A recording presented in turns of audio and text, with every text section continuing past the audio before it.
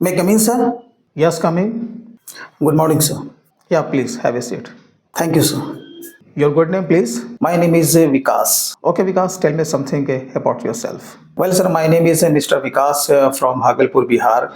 I am about 30 years old and I have done my MCOM from IGNOU University. And I have done my BCom from Tilkamaji Bhagalpur University, Bhagalpur. And I have secured and good marks in matriculation and 10 plus 2 also. And sir, if I talk about my professional knowledge, I have excellent knowledge about Tally, MS Word, Excel, and PowerPoint. And sir, if I talk about my working experience, I have a 7-year working experience in this field. Currently, I am working in the Accounts Institute Bhagalpur as an accountant for last 2 years, and I am looking after day-to-day routine work in this company. And sir, apart from that, I have placed everything before you in my CV. So, okay, Vikas, are you single?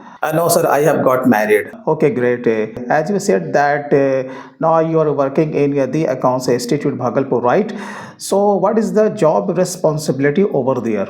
Sir, as I said in the beginning, that I am looking after day-to-day routine work like purchase entry, receipt entry, payment entry, and making BRS and maintaining petty cash, and of course GST accounting in Tally. So, what is the differences between trading approach and modern approach? Well, sir, I know very well about trading approach and modern approach. There are three types of account in this approach, like personal account, real account, and nominal account. और sir इसी के base पे इसमें golden rule apply किया जाता है, यानी कि कोई भी अगर हम लोग वॉचर एंट्री को पास करते हैं तो डेबिट एंड क्रेडिट आपको किस लेजर को करना है तो वो हमें ट्रेडिंग अप्रोच से मालूम हो जाता है. आई मीन टू से इसमें सर गोल्डन रूल को मेन एक्चुअली हम लोग फॉलो करते हैं. What about modern approach?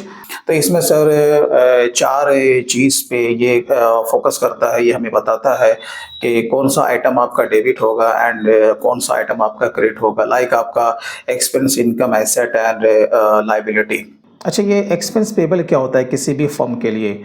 Sir expenses payable actually company के लिए लायबिलिटी होता है. किस टाइप का लायबिलिटी होता है? सर ये करंट लायबिलिटी है. ओके, तो फिक्स्ड लायबिलिटी का कुछ एग्जांपल आप दे सकते हैं? फिक्स्ड लायबिलिटी सर जहाँ तक मुझे पता है कि इसमें आपका लोन आ सकता है. पहली बात तो ये है कि लायबिलिटी का कोई फिक्स्ड नेचर नहीं होता है. ये जो भी होगा आपका करंट लायबिलिटी ही होता है. हाँ, इसमें आपका short term liability and long term liability होता है, बट फिक्स्ड कोई लायबिलिटी नहीं होता है. चलो खैर, एनीवेज. ओके विकास, ये बताओ कि फिक्स्ड कैपिटल किसे कहते हैं? सर फिक्स्ड कैपिटल वो हुआ कि जब हम लोग कंपनी को इस्टेब्लिश करते हैं तो उसमें जो भी हमारा फिक्स्ड नेचर का संपत्ति होता है, यानी कि जिसे हम लोग फिक्स्ड एसेट कहते हैं, लाइक आपका कंप्यूटर है, लैंड बिल्डिंग है, फर्नीचर है, या मोटर कार व्हीकल जो भी होता है, तो हम उसे अपने बुक्स ऑफ अकाउंट्स में कैपिटलाइज करते हैं. तो वही सर हमारा फिक्स्ड कैपिटल होता है. तो आपने टीडीएस पे काम किया?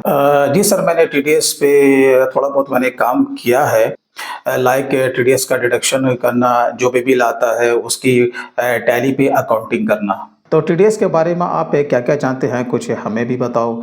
इसमें अगर कोई भी जो बिल आता है तो पेमेंट करने से पहले ही हमें उसका टैक्स काटना होता है, और फिर जो पार्टिकुलर इसका जो भी सेक्शन होता है सर उसके हिसाब से हमें गवर्नमेंट को चालान बना करके उसका पेमेंट करना होता है. तो ठीक है, प्रोफेशनल सर्विसेज या फिर टेक्निकल सर्विसेज आपको पता होगा कि टीडीएस में होता है, इसका क्या लिमिट एंड इसका क्या सेक्शन है? सर वो आज की तारीख में 50,000 है. अगर विद इन फाइनेंशियल ईयर 50,000 से ज़्यादा का अगर हम किसी को अगर पेमेंट करते हैं, अगर वो प्रोफेशनल या टेक्निकल सर्विस से बिलोंग करता है, तो फिर 10% के हिसाब से हमें टीडीएस काटना होता है. और सर इसका सेक्शन होता है सर 194J.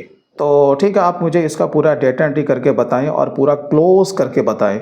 सपोज़ आपके पास किसी भी प्रोफेशनल का बिल आता है, मान लो कि कोई चार्टर्ड अकाउंटेंट साहब है, उसका आपके पास इनवॉइस आया है विथ जीएसटी। मान लो कि 20,000 रुपये का उनका ऑडिट फी का चार्जेस है और प्लस उसमें उन्होंने जीएसटी को 18% को ऐड किया है। तो अब आपको क्या करना है कि टीडीएस का डिडक्शन से लेकर के उनका जो भी बुक्स ऑफ अकाउंट्स है वो सारे को क्लोज करना है।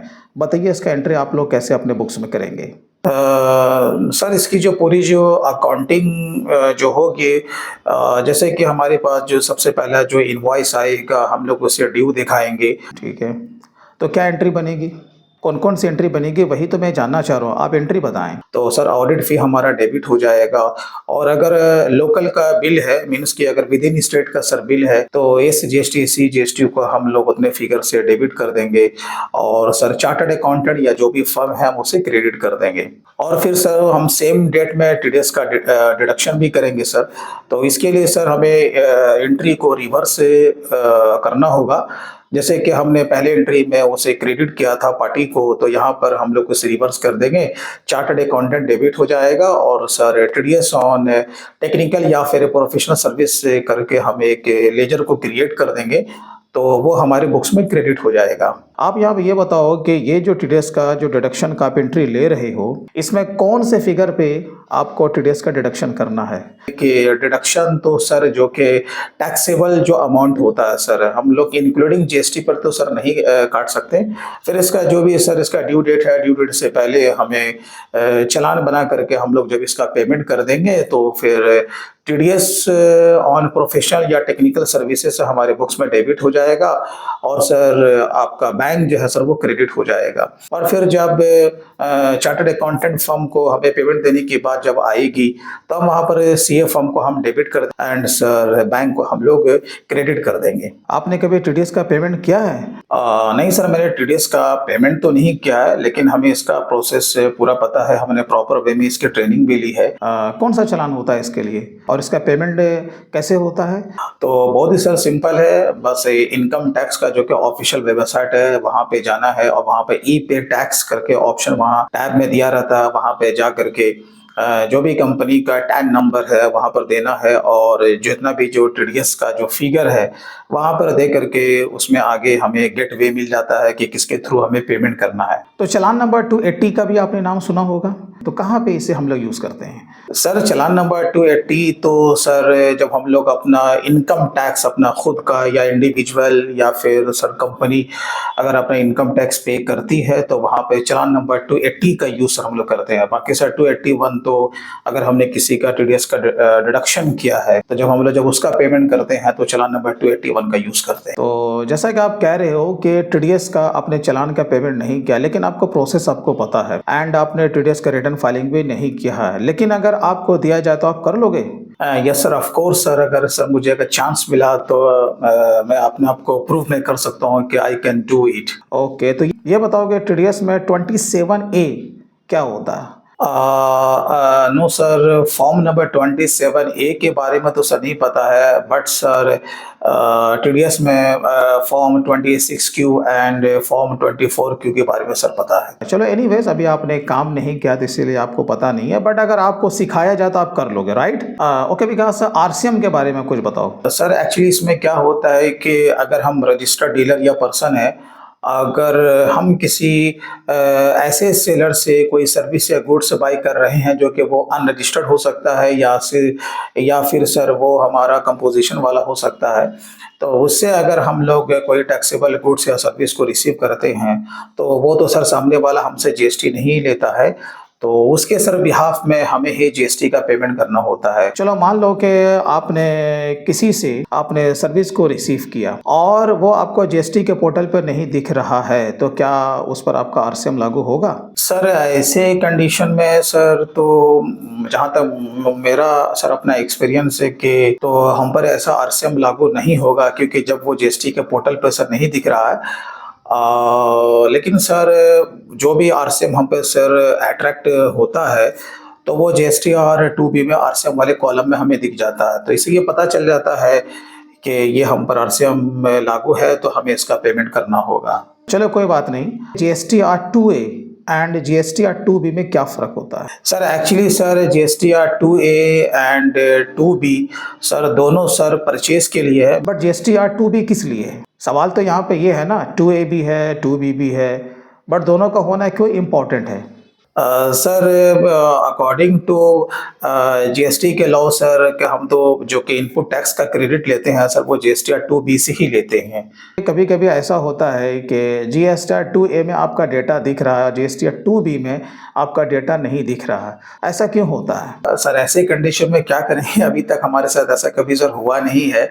कुछ ऐसा कंडीशन है कि जिसके की वजह से आपके डेटा 2A में आपको दिख तो रहा है जहाँ से आपने माल को परचेज किया है, लेकिन वो आपका 2B में नहीं दिख रहा है, कुछ ऐसा रीज़न है। खैर एनीवेज, जैसे कि आपका जीएसटी 2B में इनपुट टैक्स का क्रेडिट आपका दिख रहा है, तो क्या सारा का सारा आईटीसी आपको क्लेम आपको करना चाहिए? जेन्युइन में अगर वो हमारा है और अकॉर्डिंग टू जीएसटी लॉ हम इसका आईटी से ले सकते हैं, तो सर हम ज़रूर लेंगे। सपोज आपका इंश्योरेंस का भी वहाँ पर बिल आपको शो कर रहा है, तो क्या उसका आईटीसी आप लेंगे? नहीं सर, ये तो हमारा आई थिंक ये इन एलिजिबल आईटीसी हो जाता है, क्योंकि हमारा सेम बिजनेस अगर नहीं है उसका हमें आईटीसी रिवर्स करना होगा। तो जीएसटी में A-B का क्या मतलब होता है? सर, जहाँ तक मुझे आइडिया है कि जीएसटी में A-B I think sir 3B में ही होता है। तो A-B सर, ए का माने सर हो गया मतलब कि हमारे ऊपर लायबिलिटी यानी कि आउटपुट, और सर बी का माने सर हो गया हमारा इनपुट टैक्स का क्रेडिट। तो आप टैली पे कितने सालों से काम कर रहे हो? सर जब से मैं अकाउंट्स के फील्ड में आया हूँ तब से मैं टैली पे ही काम कर रहा हूँ। ओके, तो टैली में नेम ऑफ क्लास का क्या यूज़ होता है? सर टैली में नेम ऑफ क्लास तो सर आपका वॉचर टाइप में होता है। सर इसे हम लोग जो बेसिकली यूज़ करते हैं किसी भी लेजर को फिक्स करने के लिए। तो विकास, अभी आपकी पगार कितनी है? सर अभी तो हमें सर 15,000 रुपये मिल रहे हैं। इज इट सीटीसी और ग्रॉस और नेट सैलरी? नहीं सर, ये सर नेट सैलरी है। So what is CTC? Do you know about is CTC? Sir CTC means के cost to the company. Sir इसका मतलब ये होता है कि जो भी मतलब कि कंपनी का एम्प्लॉयर का जो कंट्रीब्यूशन होता है सर, और जो एम्प्लॉई का जो डिडक्शंस होता है, जैसे कि पेरोल मैनेजमेंट में सर हमारा पीएफ, ईएसआई, प्रोफेशनल टैक्स और भी कुछ सर अदर डिडक्शन सर हो सकते हैं। तो सर जितना भी sir deductions and sir contribution जो होता है सर, वो हमारे ही पगार से होता है। तो सर सीटीसी के माने सर बेसिकली यही होता है। तो विकास, एक्सेल में V lookup and if condition के बारे में आप जानते हो? सर वी लुकअप मीन्स के कुछ भी अगर आप के काउंटलेस अगर आइटम है तो उसमें से किसी को फाइंड आउट करना है, बेसिकली सर सर्च के लिए हम लोग वी लुकअप का यूज़ करते हैं। जैसे कि सर मैं अगर पे स्लिप भी अगर मैं बनाता हूं तो सर मैं वी लुकअप का ही मैं यूज़ करता हूं। ओके विकास, आप कंपनी क्यों छोड़ना चाहते हो? What do you want to change your company? Actually sir मैं लाइफ में ग्रो करना चाहता हूँ। मैं सिर्फ पैसा ही नहीं कमाना चाहता, इसके साथ साथ जो कि नई चीज़ है जो कि मुझे नहीं आता है, मैं वो भी चीज़ सर सीखना चाहता हूँ। Okay, because as you said that now you are getting 15,000 and this is your net salary, right? Yes sir. So how much do you expect? जो भी कंपनी का स्टैंडर्ड है उसके हिसाब से अगर पगार फिक्स हो जाए तो well and good. No no, अगर मैं कहूँ कि मैं आपको 5,000 रुपये दूंगा, करोगे? नहीं नहीं, आपको एक फिगर तो बताना होगा। It should be 25,000 in hand. You want 25,000 in hand and this is not a CTC, right? Yes sir, in hand, this is not CTC, right. Okay, Mr. Vikas, thank you so much for coming and interview is going on. So जैसे ही हमारा ये interview close होता है हम आपको call back करेंगे। Okay sir, thank you so much. तो nice to meet you.